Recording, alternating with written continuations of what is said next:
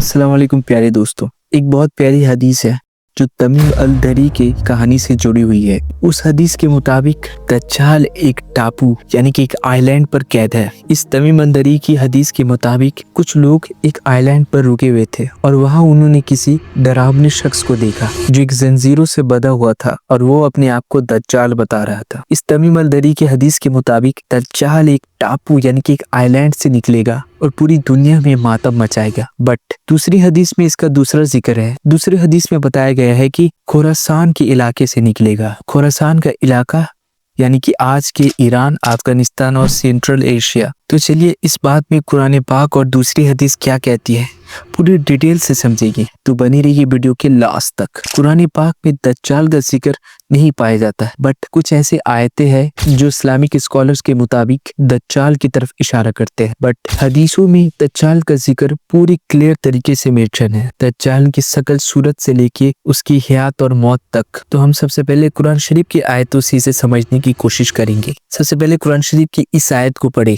सूरह अल कहफ। ये आयत में अल्लाह पाक ने याजूज और माजूज का जिक्र किया है जो कयामत के आखिरी वक्त में आके पूरी दुनिया में तबाही मचाएंगे। बट यह दज्जाल का जिक्र नहीं है। और इस आयत में कुछ ऐसे फितने हैं जो इस्लामिक स्कॉलर्स मानते हैं कि वो दज्जाल की तरफ इशारा करते हैं। और कुरान शरीफ की इस दूसरी आयत को देखें। दूसरी आयत है सूरह अल अनफ कि ये लोग उस दिन का इंतजार कर रहे हैं जब तुम्हारे पास खास निशानियां आएगी। उस दिन किसी का ईमान लाना उसको फायदा नहीं देगा। स्कॉलरों का मानना है ये आयत सीधे सीधी दज्जाल की तरफ इशारा करती है। और कुरान पाक की एक और आयत है और ये आयत है सूरह अज़-ज़ुख़रुफ़। ये आयत में अल्लाह पाक ने ईसा अलैहिस्सलाम का जिक्र किया है इस्लामिक स्कॉलर के मुताबिक। तो चलिए इस आयत को पढ़ते हैं। और वो कयामत की निशानी है, तुम उस पर शक ना करो। इस्लामिक स्कॉलर का मानना है ये हदीस ईसा अलैहिस्सलाम के ऊपर है। वो ईसा अलैहिस्सलाम जो एक दिन इस दुनिया पर आएंगे और दज्जाल को कत्ल करेंगे। सही मुस्लिम और सही बुखारी की हदीस से इसे समझने की कोशिश करेंगे। सही मुस्लिम और सही बुखारी हदीसों के मुताबिक आप सल्लल्लाहु अलैहि वसल्लम ने दज्जाल का मेंशन क्लियर तरीके से किया है हदीसों में। और उस दज्जाल के फितने से हमें बचने के लिए दुआ भी बताई है, अल्लाहुम्मा इन्नी अऊदु बिका मिन अदाबी जहन्नम व मिन अदाबिल कब्र व मिन फितनतिल महया वल ममात व मिन फितनतिल मसीहिद दज्जाल। आप सल्लल्लाहु अलैहि वसल्लम ने हर नमाज के बाद ये दुआ पढ़ने को कहा है पूरी उम्मत को, और खास करके जुमे के दिन। और आप सल्लल्लाहु अलैहि वसल्लम ने इस हदीस में दज्जाल की शक्ल और सीरत का भी मेंशन किया है। हदीसों के मुताबिक दज्जाल एक इंसानी रूप में ही होगा, बट उसकी शक्ल एक डरावनी होगी। उसके 2 आंख होंगी बट उसकी एक आंख खराब होगी,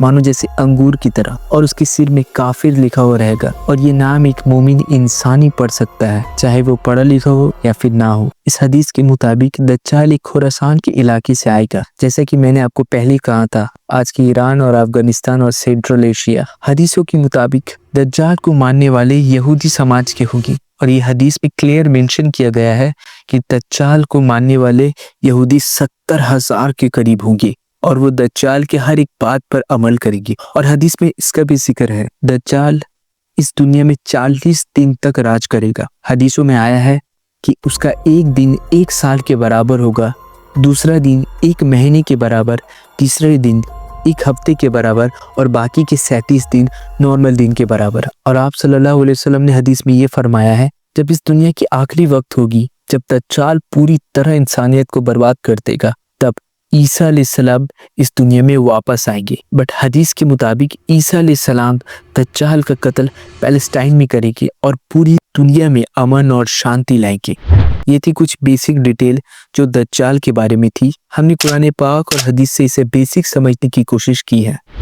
तो अगर ये वीडियो आपको पसंद आया तो इसे लाइक के साथ सब्सक्राइब कर दे और अपने बेल आइकन को भी प्रेस कर दे, ताकि मैं जब भी कोई न्यू वीडियो अपलोड करूं तो उसका नोटिफिकेशन सबसे पहले आप तक पहुंचे। तो मिलते हैं नेक्स्ट वीडियो में, तब तक के लिए अल्लाह हाफिज।